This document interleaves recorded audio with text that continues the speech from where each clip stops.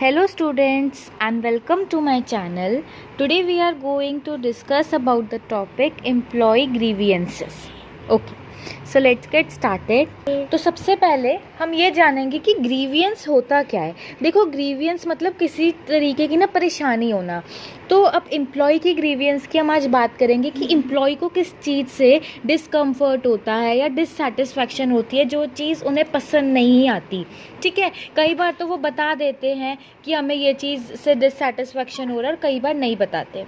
कई बार उनकी dissatisfaction valid भी होती है, ठीक है, और कई बार वैलिड भी नहीं होती।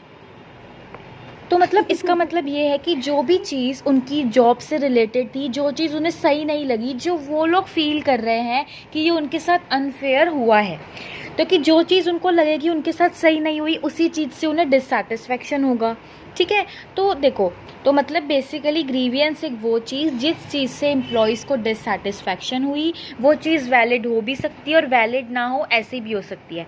बट हमें सिर्फ उन्हीं चीज़ों की बात करनी है जो कि उससे जॉब से रिलेटेड हो।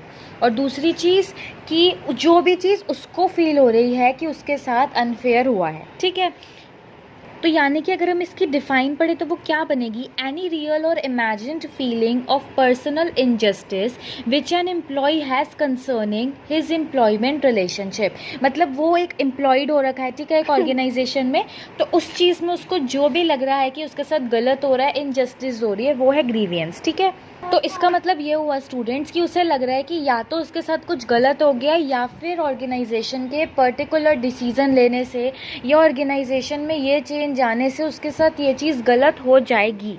ठीक है, तो अब अलग अलग फैक्टर्स होते हैं जिनकी वजह से ऐसा लगता है। कैसे? देखो, अब मान लो कि जो वर्किंग कंडीशंस है जिसके अंदर एक एम्प्लॉय काम कर रहा है, उसे वो पसंद नहीं आ रही, या फिर कंपनी ने कोई रूल्स बना रखे हैं, कोई प्रैक्टिसेस बना रखी हैं। तो देखो, कोई भी ऑर्गेनाइजेशन है, वहाँ पे प्रॉब्लम कब अराइज होगी? भाई, जो ऑर्गेनाइजेशन थी उसके अपने रूल्स थे और एम्प्लॉय ने उसे फॉलो नहीं किया, उसे वायोलेट कर दिया। कुछ भी अलग तरीके के लॉज बना रखे थे, उसे वायोलेट कर दिया। एम्प्लॉय को लग रहा है कि उसका प्रमोशन होना चाहिए था बट प्रमोशन नहीं हुआ, तो कि यही सब चीज़ें तो है ना जिससे उसे लगेगा कि उसके साथ अनफेयर ट्रीटमेंट हुआ है।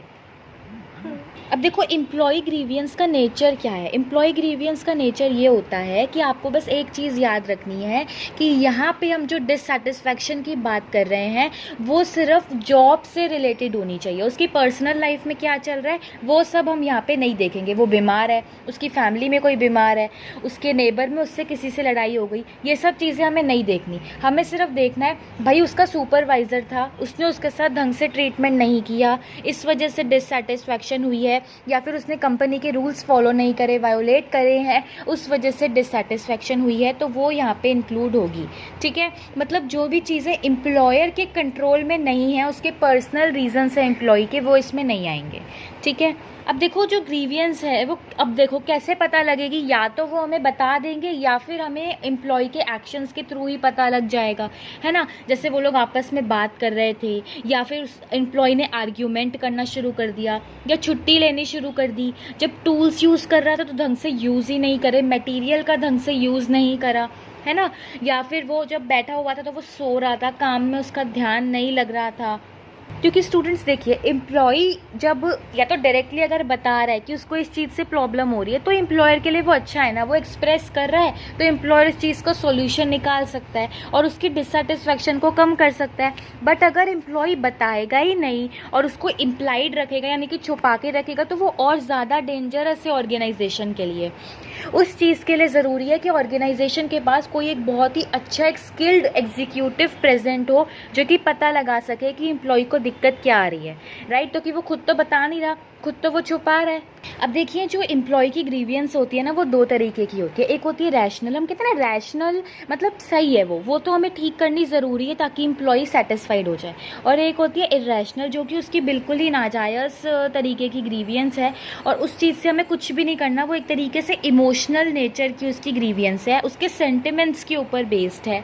ठीक है। परसेप्शन यानी कि वो क्या सोच रहा है ना किसी चीज़ को लेके, उस चीज़ से उसकी वो ग्रीवियंस निकल के आई है। ठीक है, परसेप्शन मतलब एक एम्प्लॉय किसी चीज़ को कैसे देखता है, ये है परसेप्शन। तो अगर परसेप्शन की वजह से उसे कोई ग्रीवियंस हो रही है, वो प्रॉपरली सोच नहीं पा रहा या जो सोच रहा है वो गलत सोच रहा है, तो उस चीज़ से जो ग्रीवियंस हो रही है उसे कहते हैं इरेशनल ग्रीवियंस। ठीक है, तो दो तरीके की ग्रीवियंस हमने समझी, और as compare to rational, irrational grievance को हैंडल करना थोड़ा मुश्किल है, बिकॉज स्टूडेंट्स वो क्या सोच रहा है, उसका क्या परसेप्शन है, अगर वो उसे इम्प्लाइड रखेगा तो एम्प्लॉयर के लिए बहुत ज़्यादा डिफ़िकल्टी आएगी। ठीक है, अब ग्रीवियंस तो यार अलग अलग चीज़ों की वजह से आ सकते हैं ना।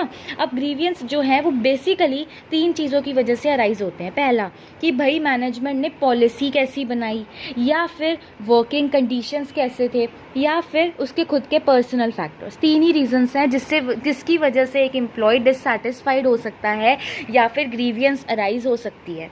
ठीक है, तो देखो मैनेजमेंट पॉलिसी मतलब या तो उसको जो वो पैसे दे रहे हैं, सैलरी दे रहे हैं, वो उसे पसंद नहीं आ रही, या फिर उसे ओवर टाइम करवा रहे हैं।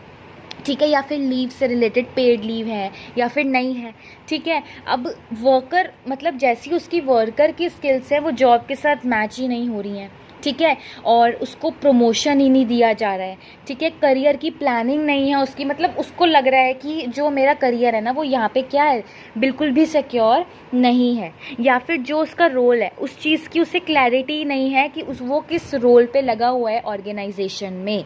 ठीक है, या फिर सुपरवाइजर्स ऑटोक्रेटिक स्टाइल का लीडरशिप यूज़ कर रहे हैं। ऑटोक्रेटिक स्टाइल लीडरशिप वो वाला लीडरशिप होता है जिसमें लीडर्स अपनी अथॉरिटी और अपनी पावर का यूज़ कर रहे हैं।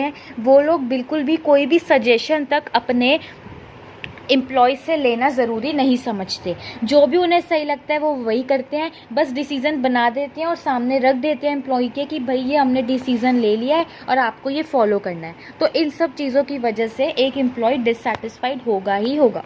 ठीक है, अगर उसके हिसाब से वो चीज़ सही नहीं है तो।